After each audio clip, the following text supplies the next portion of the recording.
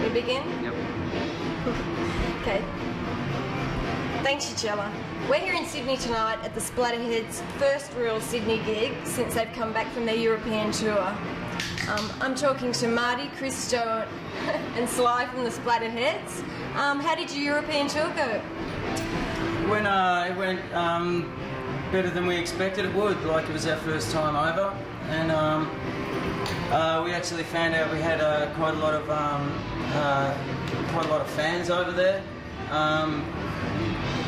The tour sort of was about 3 or 4 months after the release of our last album, which is called Bop the Album, and Subway Records in Germany released that. Yeah, it went really, really well. We got a lot of support and attendances and everything. Yeah, we drank a lot of beer. It was really cool. Could have been longer.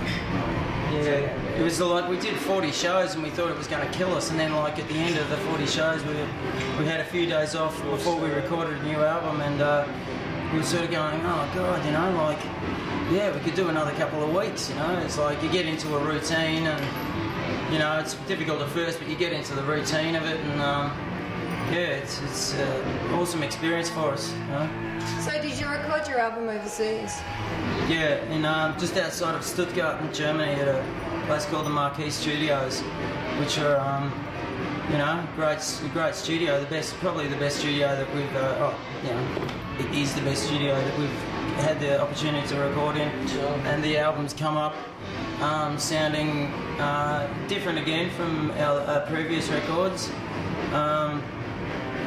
But it still has a lot of vital energy and a lot of sort of raw emotion kind of stuff in our music.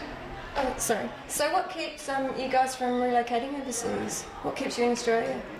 Money. It's where we live in Australia. This is home. And it's like getting the opportunity to tour where we did. It sort of gave us, made us really realise that, you know, like this is one of the only places left that you can be free. Be pretty free and live a nice lifestyle, you know. Like if things get too hard, you know, basically there's people around that will help you out, you know. So is like even like the music scene over there really different? Is it a lot more, I don't know, strict or?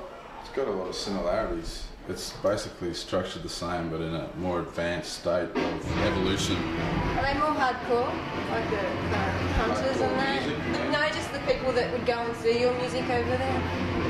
You know, like the. It's pretty similar to like the people here. There's definitely an audience for hardcore music. Yeah. There's an audience for everything over there. Yeah. Enough people to cater for every kind of music. Right. Whereas here we've got a lot of different bands playing a lot of different music, and not so many people to absorb it. I don't think that you know, me personally, I didn't notice that the bands were the punters were more hardcore. It was just the establishment was more hardcore. The bands had to do more to make themselves more popular. Like they had to sell their own shirts and they had to have their own merchandise. And so every venue you went into, regardless of the hardcoreness of the people there, you had to sell your own stuff, and it was up to you to make yourself known. And I think that's where it differs to Australia, where we just walk in and get a few beers and play, as opposed to set up a stall and make sure people know that they can buy your product there and they save $5 to come in and buy. But also, like, it is a lot easier over there too, because like of the basic population difference here. I mean, it's a lot easier to make some money, you know, because like there's, you know, like I mean, like we did 20-something shows in Germany alone, and there's like a giant population in every place you go to, and each place you go to is totally different. That's right, and you know, I think it's possible in Europe to actually live and tour. You just keep going around. Germany's economy's kind of going okay, so there's money around. You know, bands live. You know, they live, which is very, very difficult here on our level in Australia. It's really difficult.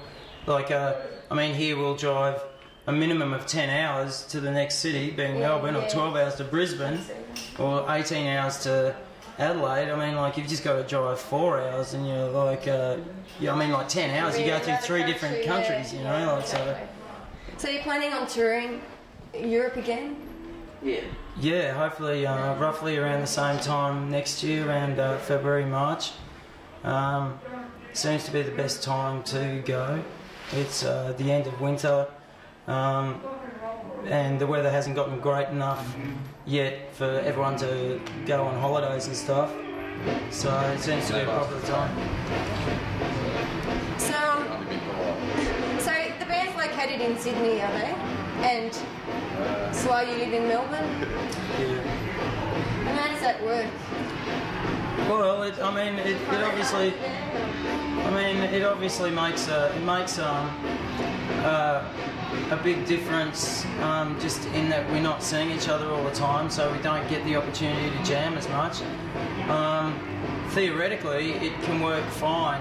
I mean, it's down to us to stay in touch, and it is possible to do songwriting like via tapes and stuff. But at the moment, we you know, we've all got a few different side projects happening, so we want to have a bit of a break until basically we do another overseas tour. I just personally, I just found Sydney just too difficult to live financially, and I found it stifling, creatively speaking. And Melbourne, I don't know, I just prefer to be there at the moment. And you know, when we have a tour, I mean, like these last few shows, I come up a week early and we do a few days of rehearsal. And I mean, one thing about doing 40 shows pretty much in a row is that the music you're playing, it gets like punched into you fully, and you don't forget it. You don't have to rehearse once a week. I mean, it's like you not see each other for a month, and like we're up and like still pretty much there, you know. So yeah, it can work. If you want it to work, it can work, you know. And to keep the sanity of your band members and your close friends, I think it's equally as important. So, you know, got to have your kind of sanity to keep going anyway. Exactly. Yeah. So, any plans for the Red Planet Rockets getting back together? Not at the moment, but we were never a band that made big plans anyway, and we sort of get to points, and then you know, we'd break up for a year, or just, you know, who knows, like maybe, I mean, we've got something that's just being released in Brazil, it's just sort of come through. Maybe something will happen, maybe it won't. I mean, it's like an easy cash band, and if the time's right and the feeling's there and everything's happening, then we will do some more stuff, but we're all busy and all over the joint, so it's not really on the cards at the moment. Some bands are good at occasional sporadic bursts. For some bands, it makes it more of a special thing. Yeah. So, but the album was a critically acclaimed album, yet we kind of hardly hear it on the radio. You know, do you find this kind of disheartening at all? Yeah. Yeah, but like we've just been, you know, we've been doing this for a long time now, and like we know that, we basically know that it doesn't matter if they're not going to play our stuff on television or on the radio. I mean, we're still going to get into playing music. Obviously it would be heaps better if we're getting a high rotation airplay, because then we'd be making money and stuff. But it all comes down to you know, sticking your tongue down the back of someone's trousers, and that's kind of something that we prefer not to do. We prefer to play the music we like, and yeah, between ourselves it's fine. It's just the management people that's not real cool. They, you know, they make you clean your teeth first and stuff. Okay, so when can we expect your next album to be released? later on in the year. I'd say to be realistic, I think we'll have to say October, the end of October, and that's being realistic and a little bit hopeful as well. We've had a few problems with a local release, simply because oh, blah blah blah. I shouldn't probably go into it too much, but Just because. just cause, man, just cause, and but Allowed to do that. yeah, we're allowed to have problems. You know, that's what gets us through the night.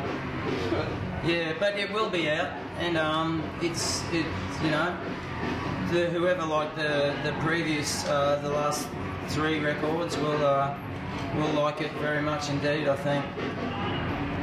Okay, guys. Well, good luck in the future. Thanks, Elizabeth. Yeah, Elizabeth, that You're was welcome. very well spoken. Stay tuned to channel Okay. 31. Yeah. It's doing it for the sake of the people. Yeah. Art for art's sake. Billy Brannigan, he's our man. Listen to your bot. Okay. Back to you, Chilla.